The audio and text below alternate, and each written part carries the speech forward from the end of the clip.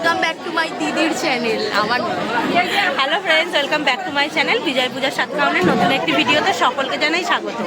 তো সকলে আশা করি ভালো আছেন, সুস্থ আছেন, আমিও ভালো আছি। তো আজকের ইন্ট্রোটা একটু আলাদা, আর আমার সাথে আছে আমার বোন। আর আমরা আজকে এসেছি নৌকা বিহারে রাম ঠাকুরের পক্ষ থেকে। তো আজকে সারাদিন কি করি না করি আপনাদের সাথে শেয়ার করব। আর আমরা আজকে এসেছি নৌকা বিহার করতে, আমরা পুরোটাই লঞ্চে ঘুরবো। তো কি করি না করি সারাদিন তো আপনাদের সাথে শেয়ার করতে থাকবো, তো ততক্ষণ দেখতে থাকবো। তো শ্রীরামপুর ধোপিঘাট থেকে আমাদের যাত্রা শুরু হয়। এই সকাল 10:30 নাগাদ লঞ্চ ছাড়ে, কিন্তু আমরা ওখানে 9টা 9:30-র মধ্যেই পৌঁছে গেছিলাম।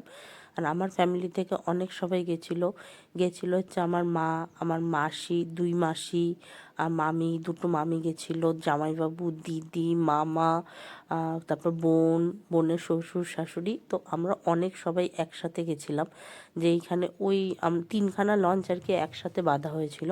তো আমরা একদম লাস্টের লঞ্চটাতে ছিলাম, আর মিডিলেরটাতে ছিল ঠাকুর, রাম ঠাকুর আর কি। এটা রাম ঠাকুরের পক্ষ থেকেই এটাকে অর্গানাইজ করা হয়েছিল। তো যারা রাম ঠাকুরের দীক্ষিত আছেন তারা জানেন। আমার কাছে আমি 2টো ঘর হবে, বাড়ি হবে, বাড়ি। আমার ফ্ল্যাট একটুও পছন্দ না। এবার মানুষের পার্সোনাল চয়েস আছে না। আর কি আছে বার কর।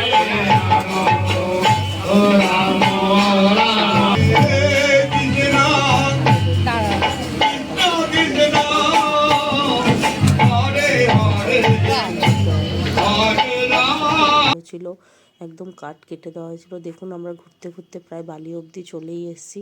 তো এখন বালির ব্রিজ পার করছিলাম। একটা অসাধারণ দৃশ্য। আর সত্যি বলতে দিনটা খুবই সুন্দর কাটিয়েছি। আর খাওয়া দাওয়া থেকে শুরু করে প্রত্যেকটা অ্যারেঞ্জমেন্ট ছিল অসাধারণ। তো এই ভিডিওটা হচ্ছে 22শে ডিসেম্বরের। আমার ভিডিওটা আপলোড করতে একটু সময় লেগে গেল, তো তার জন্য সরি। আর দেখতে থাকুন ভিডিওটা, আশা করব খুবই ভালো লাগবে। একটা সুন্দর দৃশ্য, সত্যি বলতে আমার তো খুবই ভালো লেগেছে। আর এইভাবে একমাত্র সুন্দরবনের দিকে ফটো আমার ফোন থেকে তুলছি, ভিডিও তোর ফোন থেকে তুলছি।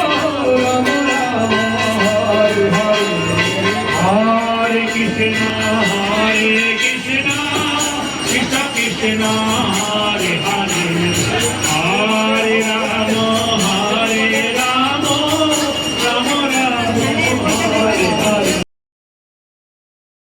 আর এইখানে এই মিডিলের নৌকাটাতে হচ্ছিল ঠাকুরের নাম সংকীর্তন। তো অনেক সবাই সামনে সংকীর্তন করছিলেন। আর এরপর এখান থেকে দেওয়া হয়েছিল একটা প্রসাদ।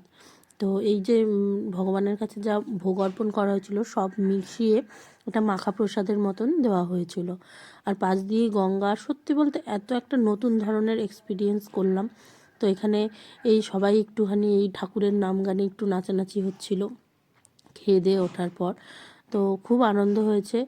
আর তারপরে দুপুরের লাঞ্চটা হয়তো আমি ঠিক ভিডিও করতে পারিনি যতদূর সম্ভব। তো লাঞ্চে ছিল হচ্ছে রাইস ছিল, তার সাথে ছিল ফুলকপির তরকারি, ছিল পনির, আর তার সাথে মিষ্টি ছিল। তো খুবই ভালো লেগেছে। আর এই যে আমার মাসি আর তার বেয়াই একসাথে নাচানাচি করছিল, খুব আনন্দ করেছে। আসলে সবাই খুব আনন্দ করা হয়েছে এখানে।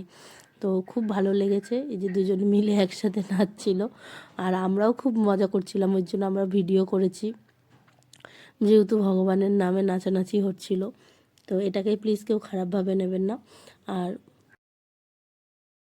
অনেকে জানেন যে এই 25শে ডিসেম্বর থেকে 1 জানুয়ারি অবধি শ্রীরামপুর থেকে চন্দননগর অবধি একটা ক্রুজ চলার কথা ছিল। তো এটা বোধহয় সেইটাই।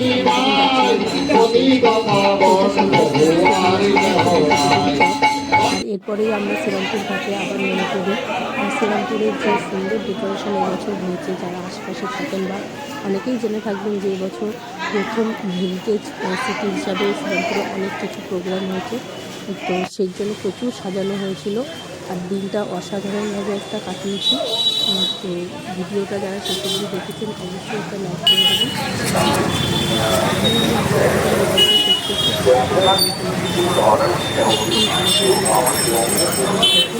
নমস্কার।